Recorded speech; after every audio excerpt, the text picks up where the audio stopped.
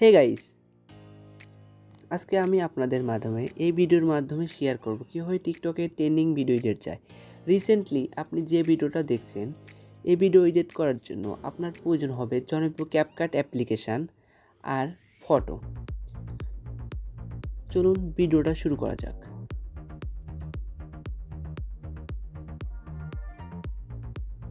আপনাকে সর্বপ্রথম ক্যাপকাট অ্যাপটি ওপেন করতে হবে। ওপেন করার পর আপনার প্রয়োজন হবে ছবি এবং একটা ভিডিও ক্লিপ হবে।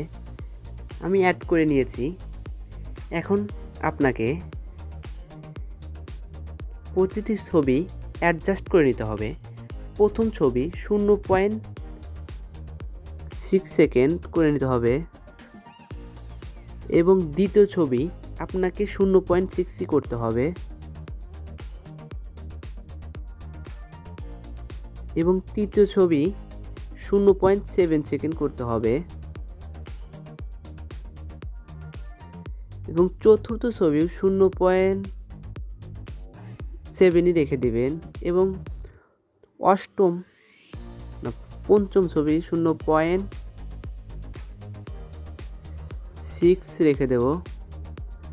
তারপর ওটাও 0.78 রেখে দেব। তারপরটা 0.6, তারপরটা আমরা 0.6 রেখে দেব। এখন প্রতিটি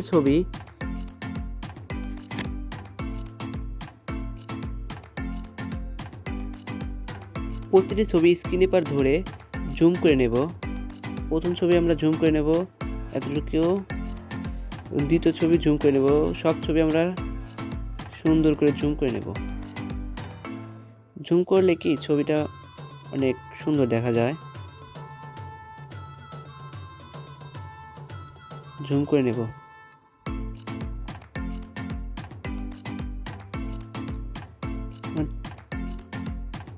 খুব তাড়াতাড়ি ছবিগুলো জুম করে নিচ্ছি।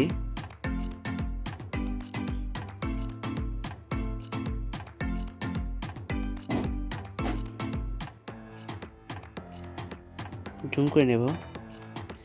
লাস্টে আমরা ভিডিওর ওয়াটারমার্কটা ডিলিট করে দেব। ওয়াটারমার্কটা ডিলিট করে দেওয়ার পর আমরা এখন ছবিতে অ্যানিমেশন অ্যাড করব। প্রথম ছবি অ্যানিমেশনে অ্যাড করে এখন আমাদের নেট কালেকশন প্রয়োজন হবে। সবগুলোতেই আমরা অ্যানিমেশন অ্যাড করে দেব, কম্বো আর এই অ্যানিমেশনটা সব ফটোতেই আমরা একই অ্যানিমেশন অ্যাড করে নেব।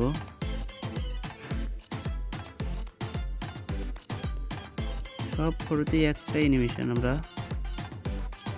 অ্যাড করে নেব।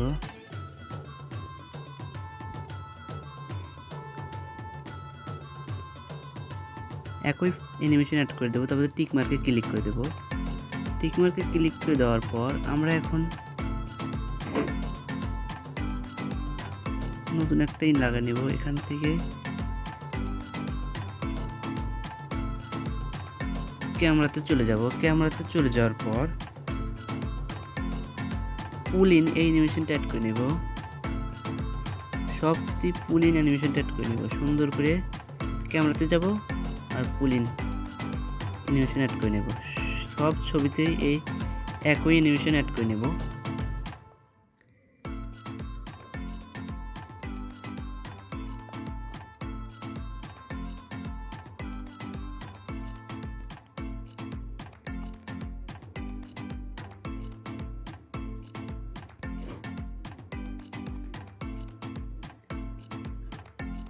আপনাদের ছবি যত অ্যাডজাস্ট করা ভালো হবে, আপনারা এডিট তত আরও ভালো হবে।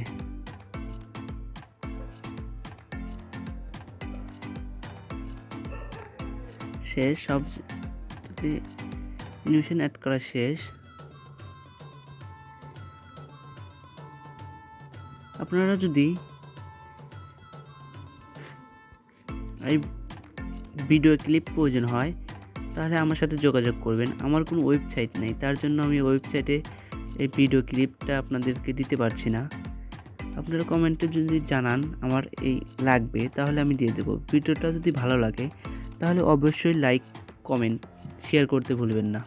আজকে এই পর্যন্তই। আর এই যে টিক মার্কে ক্লিক করে ভিডিওটা সেভ করে দিবেন।